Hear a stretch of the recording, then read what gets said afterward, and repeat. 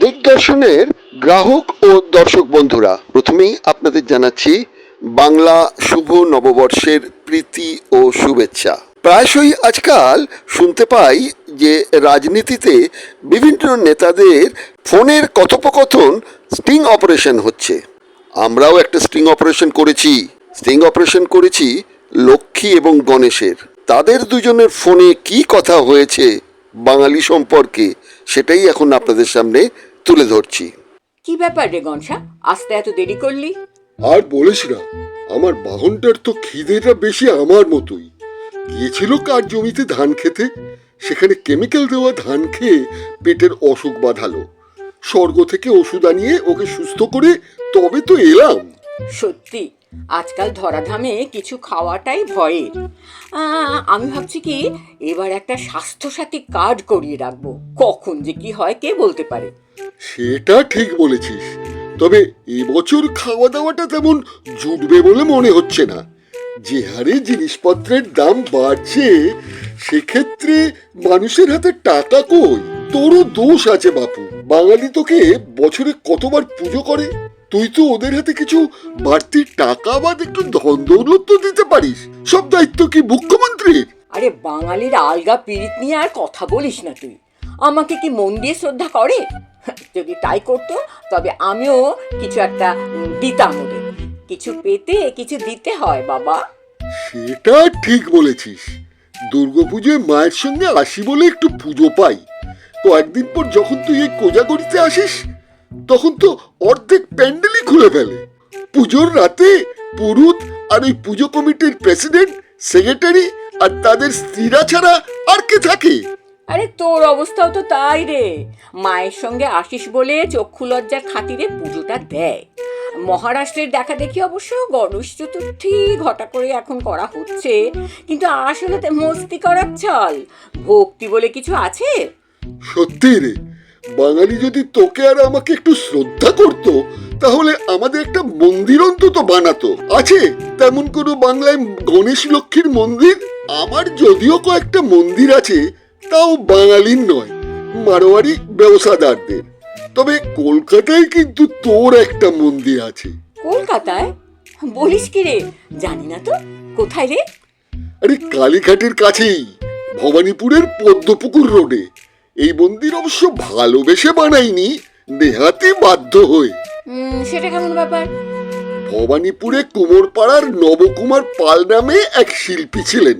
তাকে দেওঘরের কিছু মানুষ তোর একটা মূর্তি বানানোর অর্ডার দিয়েছিল, কিন্তু ভুলবশত মূর্তিটা সাইজে একটু বড় হয়ে যাওয়ায় তারা দেওঘর নিয়ে যাওয়ার অসুবিধে বলে সে মূর্তি আর নেয় না।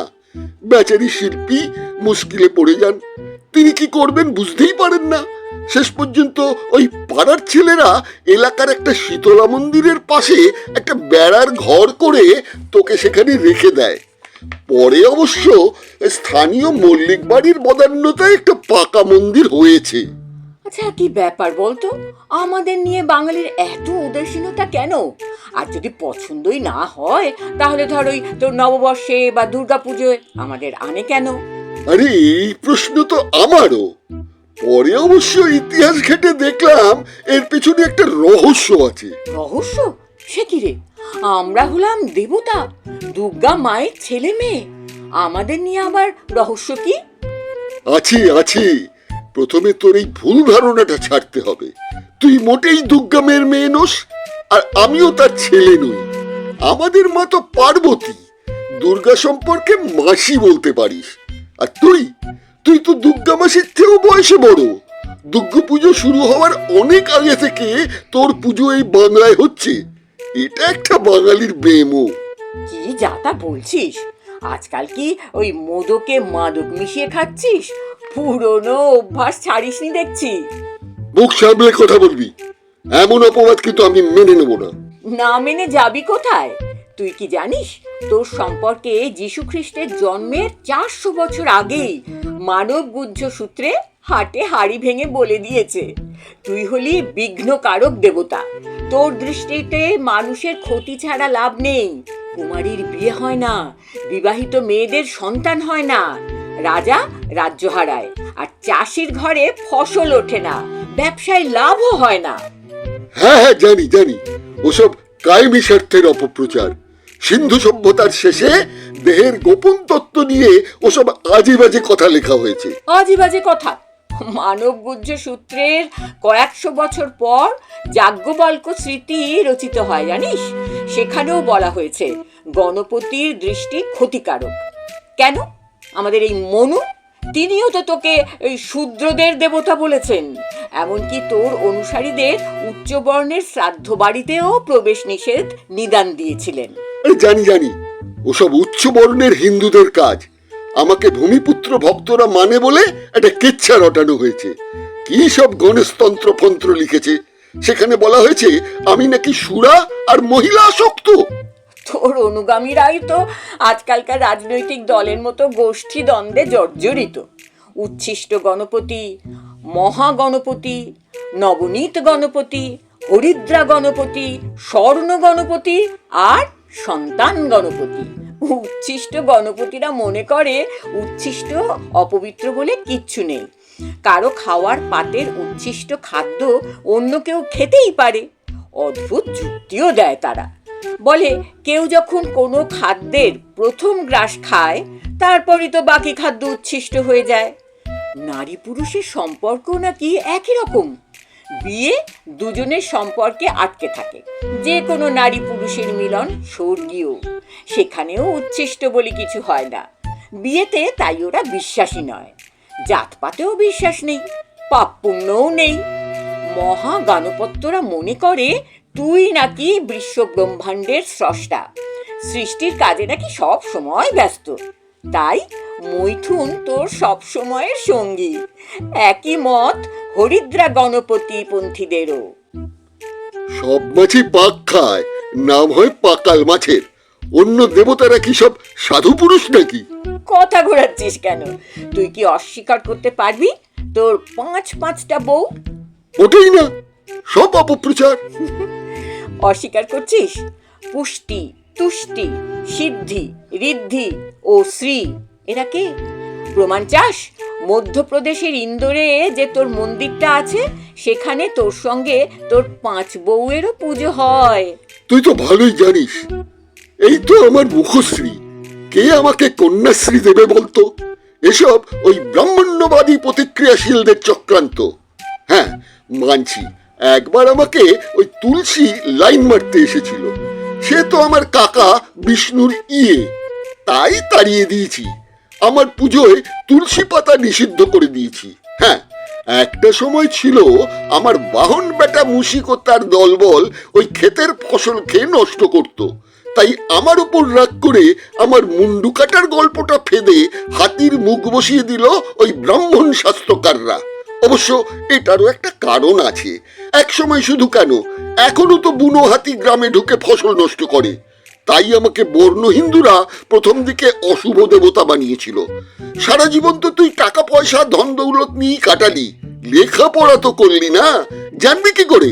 সমুদ্র মন্থনে জল থেকে উঠে এলি, বিষ্ণুর পছন্দ হয়ে গেল, বিয়েটা করে নিলি।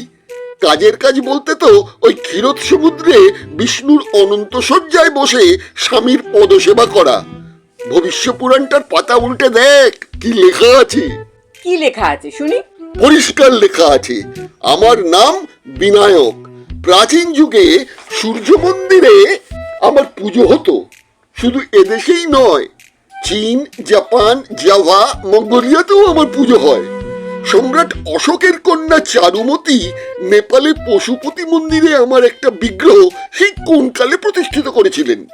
পুরাণে আমার 54 রকম রূপের কথা উল্লেখ আছে। হ্যাঁ, আমি অনার্য দেবতা। আমি আমার পরিচয়ে গর্বিত। আমি ওই হিন্দু উচ্চবর্ণের পইতে পড়া বামুন নই। আমি দেশের ভূমিপুত্র, নাগ বংশের প্রতিনিধি, আসলি ভূমিপুত্র। গলায় আমার সাপের পইতে, যাকে বলা হয় নাগপবিত। আমাকে অস্বীকার করা যাচ্ছে না দেখে শিবের ছেলে বানিয়ে একটা বিশ্বাসযোগ্যতাটা তৈরির চেষ্টা হয়েছিল। কথা নেই বার্তা নেই, কার্তিককে বানিয়ে দিয়েছে আমার ছোট ভাই। আর কি করে সম্ভব? আমার বাহন মুশিক, গলায় সাপ, কার্তিকের ময়ূর। সে তো মুশিক আর সাপের শত্রু। যেমন ধর তুই, আমরা ভাই বোন, এমনটাই তো লোকে জানে। সত্যি কি আমাদের রক্তের সম্পর্ক আছে? তোর বাহন পেঁচা, সে তো ইঁদুর দেখলেই লালা ঝরে মুখে। দেখ, অনেকক্ষণ ধরে বক বক করছিস। ভারতে কিন্তু তোর চেয়ে আমার সম্মান অনেক বেশি। ঘরে ঘরে বাঙালি লক্ষ্মী পুজো করে। ঘুটে পড়ে গোবর হাসে, মানে? বুঝলি না? বাঙালির যদি তোর প্রতি অত দরদ থাকতো, বাংলায় একটা মন্দির অন্তত ওকে বানাতো। শনি, শিবতলার মন্দির, কালী মন্দির, এখানে কত আছে জানিস? তোকেও শাস্ত্রে, বিশেষ করে বৈদিক সাহিত্যে সৌভাগ্য বা ঋদ্ধি দায়িনী বলে স্বীকার করেনি। অথর্ববেদের 7/115/1 মন্ত্রে অশুভ দেবী বলা হয়েছে। সরস্বতীর পুজোর দিন তো ছিল এক সময় তোরই পুজোর দিন, শ্রী পঞ্চমী। তোকে হটিয়ে দিয়ে সরস্বতীকে দিয়ে দেওয়া হলো। মহাভারতের বনপর্ব পড়েছিস? সেখানে 229তম পংক্তিতে তোকে কার্তিকের বউ বলা হয়েছে। স্বামী পর্যন্ত পাল্টে দিয়েছে। ঐতিহাসিক গ্র্যান্ডভেদেল সাহেব তো তোকে ভারতের দেবী বলেই মানেননি। তুই নাকি আমদানি হয়েছিস বিদেশ থেকে। তিনি বলেছেন টোটেম বিশ্বাস থেকেই নাকি আমাদের বাহন গপ্প। আলেকজান্ডার ভারতে আসার পর থেকেই তোকে এই পেঁচা বাহন দেওয়া হয়েছে। গ্রিক দেবী প্যালাস, অ্যাথেনা, মিনার্ভা, সবারই বাহন ওই পেঁচা। পেরুতে প্রধান ফসল যেহেতু ভুট্টা, তাই সেখানে তুই ভুট্টার দেবী সারাম্পানা। পর্তুগালে তুই আবার আলুর দেবতা, নাম আক্কুমাম্মা। বাঙালি তোর পুজোয় আলপনা দেয়, পায়ের ছাপ আঁকে। নৃবিজ্ঞানীরা বলছেন এসব ডাইনিতন্ত্রের ব্ল্যাক ম্যাজিকের ধারা। একটা সময় তো তুই চঞ্চলা বলে বাহন দেওয়া হয়েছিল হরিণ, তারপর ময়ূর। আরে সেটাও কার্তিক কেড়ে নেওয়ার পর দেওয়া হলো সিংহ। সেটাও দুগ্গা কেড়ে নেন। হয়তো দুঃখে পেঁচার মতো মুখ করে কেঁদেছিলি বলে তোকে দয়া করে এই পেঁচাটাকেই বাহন হিসেবে দিয়ে দেওয়া হয়। এই, যা খুশি তাই বলবি, আমি মেনে নেব? কোনো প্রমাণ আছে? আলবাত আছে। শতপথ ব্রাহ্মণ পুঁথিটা খোল, দেখ লেখা আছে তোর দৈত্য সত্তা, কখনো ভালো কখনো খারাপ।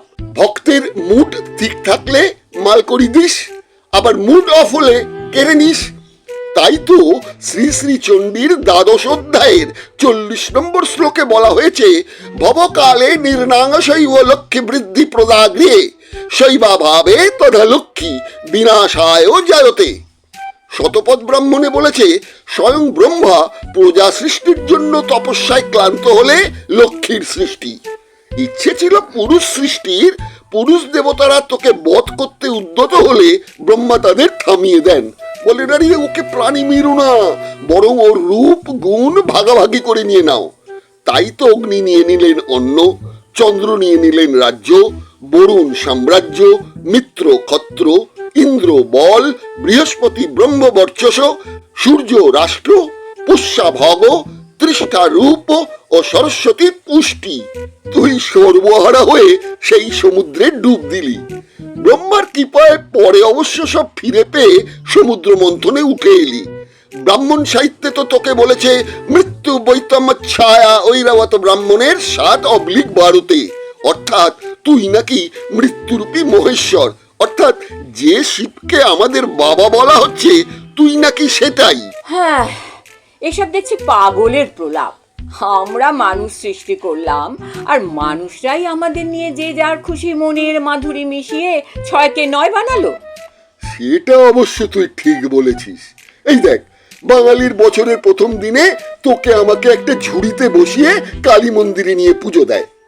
আমরা কি বাজারের ফলমূল আলু মূলো নাকি? আজ পর্যন্ত তোর একটা ভবানীপুরের মন্দির থাকলেও আমার কোনো মন্দির বাঙালি তৈরি করেছে? কিন্তু অবাঙালি দেখ, তারা কিন্তু মন্দির তৈরি করেছে, সুতরাং তারা ফলে ফুলে ফেপে উঠেছে। আর ওরা যে পুজোটা দেয় সেটা তো দেওয়ালিতে দেয়। আর দেশ জুড়ে আমার কত মন্দির, মুম্বাইতে, পুনের রত্নগিরিতে, তামিলনাড়ুতে রকফোর্ট উচিপিল্লায়, তিরুচিরাপল্লিতে, কর্ণাটকের হাসান জেলায় দোদ্দাগদ্দা বল্লী গ্রামে, রাজস্থানের কারাউলিতেও আমার বড় বড় মন্দির আছে। আমারও শ্রীপুরামে ভেলোরে, মালাইকড়ি পাহাড়ে স্বর্ণ মন্দির, কর্ণাটকে হাসান জেলায় ওই দোদ্দাগদ্দা ভল্লি গ্রামে, রাজস্থানের কারাউলিতে, আর বাণিজ্যের নগরী মুম্বাইতে মহালক্ষ্মী মন্দির তো বিখ্যাত। বাঙালির কি ছুতো, বলে আমি নাকি চঞ্চলা, বদ্ধ ঘরে থাকি না। তাহলে ঘরে ঘরে পুজো করিস কেন? রাস্তার ফুটপাতে বা ওই ছাদে শনিদেবের মতোই তো পুজো করতে পারিস। যত সব আদিক্ষেতা, লজ্জার কথা। হনুমানের জন্মজয়ন্তী হচ্ছে বাংলায়, মন্দিরও কত, আর আমাদের বেলাতে উদাসীন। ঠিক বলেছিস। এই 1432 সালের নতুন বছরে চল আমরা নতুন একটা রেজুলেশন নিই। যতদিন বাঙালি আমাদের দুজনকে নিয়ে কোনো মন্দির না বানাবে, বাংলার ব্যবসার জোয়ার আসবে না। আরো কিছুক্ষণ এই লক্ষ্মী গণেশের কথোপকথন হয়তো চলতো, জানেন। গণেশের মোবাইলের ব্যাটারি চার্জটা ফুরিয়ে যাওয়ায় বিষয়টি কিন্তু আর এগোয়নি। অনুষ্ঠানটি কেমন লাগলো অবশ্যই মন্তব্য করবেন, ভালো লাগলে অন্যকে শেয়ার করবেন। দিগদর্শন, রংহীন সংবাদ ও অজানা তথ্য জানতে দেখুন দিগদর্শন, 10-এর পাশে, দেশের সাথে।